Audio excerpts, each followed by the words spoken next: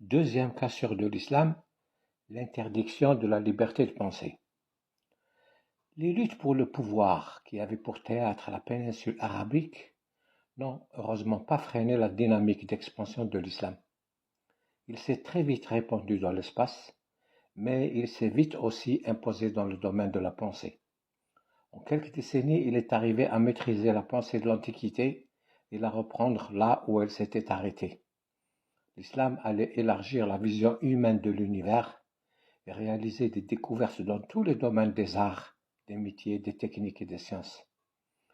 Le premier courant de pensée à se former est, comme pour la doctrine politique, un courant rationnel et démocratique, celui des Mu'tazila, qui apparaît à la chute des Omeyyades et conduira le monde musulman, entre le 8e et le 12e siècle, à son apogée culturel et scientifique.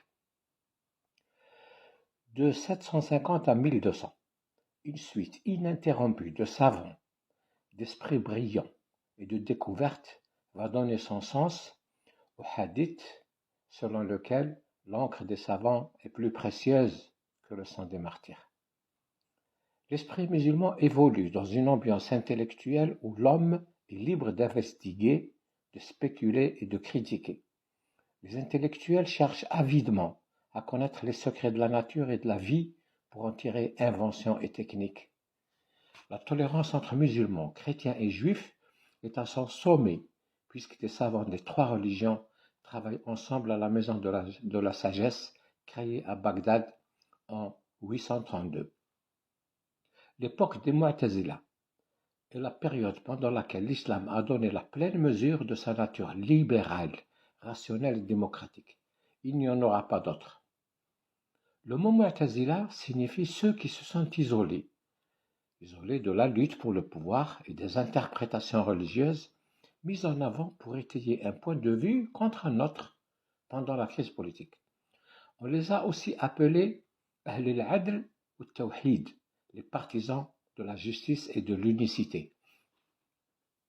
C'est un rameau qui s'est détaché du sunnisme, qui avait prêté allégeance au fait accompli politique et plié devant l'imposition de la monarchie héréditaire au sein de l'islam. Ce rameau va bourgeonner et donner une riche floraison. Parmi ces idées philosophiques, on peut citer celle-ci. Dieu ne peut être conçu par l'esprit humain. Il est au-delà de toute représentation. Ces descriptions dans les textes sacrés, comme être assis sur un trône, ne sont que des allégories. L'être humain est libre et non pas le jouet de la fatalité. Si Dieu est l'auteur des actes de l'homme, alors il serait responsable du mal qu'il commet et l'idée de châtiment n'aurait plus de sens.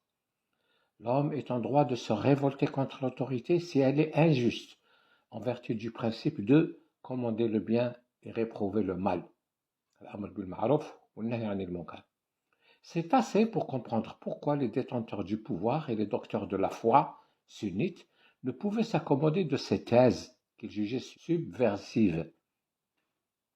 Elles encourageaient en effet l'esprit critique, créatif et démocratique, et ce n'était ni dans l'intérêt des gouvernants, ni de celui de la classe des ulama, nouvellement apparus dans le spectre social, pour légitimer les actes des détenteurs du pouvoir avec des fatwas et des panégyriques, de laisser de telles idées se propager dans la masse.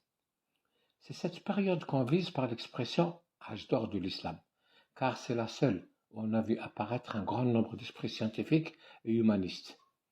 On peut citer parmi eux le Khawarizmi, père de l'algèbre et des algorithmes, sans lesquels il n'y aurait pas de monde moderne d'informatique ou d'internet. Les frères Banu Moussa, qui ont créé les premiers automates et inventé la valve conique, dont le principe est aujourd'hui appliqué aux avions à réaction et aux machines à laver. Ibn Fernès, médecin et premier constructeur d'une machine volante, dont les continuateurs auraient pu inaugurer l'ère de l'aéronautique. Al-Razi, chimiste et médecin, ayant découvert l'acide sulfurique, l'observation clinique, la psychosomatique, et fondé le premier hôpital annonciateur de l'idée de santé publique. Abul Qasim, créateur de la chirurgie. Ibn al-Haytham, fondateur de la physique expérimentale et de l'optique moderne. Biruni, qui a calculé pour la première fois le diamètre de la Terre et soutenu qu'elle tournait autour d'elle-même avant Galilée, et dont les recherches auraient pu, si elles avaient été relayées, mener à l'astrophysique. El-Jazari, qui a inventé la manivelle, l'arbre à cames, le vilebrequin, la roue hydraulique, la chasse d'eau, les portes automatiques, etc., et qui en explique la construction et le fonctionnement dans un ouvrage intitulé Le livre de la connaissance des dispositifs mécaniques ingénieux. Hassan al-Rammah, père de la balistique, premier concepteur et expérimentateur de la torpille, et auteur d'un traité sur les machines de guerre dans lequel est esquissée la première fusée qu'il a décrite comme, je cite, entre guillemets, l'œuf qui bouge lui-même et brûle. Sans parler des esprits et génies appartenant tous à la même période et intégrés au patrimoine intellectuel de l'humanité comme El-Kindi, Farabi, Ibn Sina, Ibn Rushd, Ibn Tufayl et des dizaines d'autres. Puis, brusquement, plus de savants, plus d'esprits curieux, plus d'inventeurs, plus de philosophes, comme si un immense interdit était tombé du ciel, stérilisant à jamais les musulmans. C'est le cas de le dire.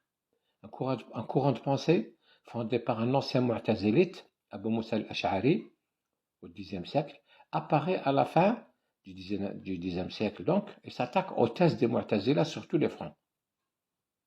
Il sera renforcé par al-Ghazali, qui décomposera le savoir en sciences religieuses et non religieuses, jetant l'opprobre sur les falasifa, les philosophes entre guillemets, en les faisant passer pour des hérétiques.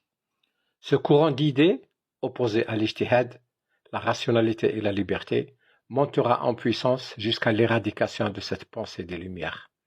Ash'arisme et Ghazalisme influenceront les 4 écoles théologiques sunnites, et ce sont leurs thèses qui seront reconnues comme orthodoxes et enseignées. Après la grave entorse faite à l'islam dans le domaine politique, venait l'entorse fatale à son intellect et à sa créativité. La ligne de démarcation a été tracée. Le jour où on a fermé les portes de l'ijtihad, ralentissant puis stoppant la pensée, la dynamique sociale et la créativité scientifique et technique qui avaient caractérisé les premiers siècles de l'islam. Le biréacteur venait de perdre son deuxième moteur. Il ne va pas tarder à atterrir pour ne plus jamais voler.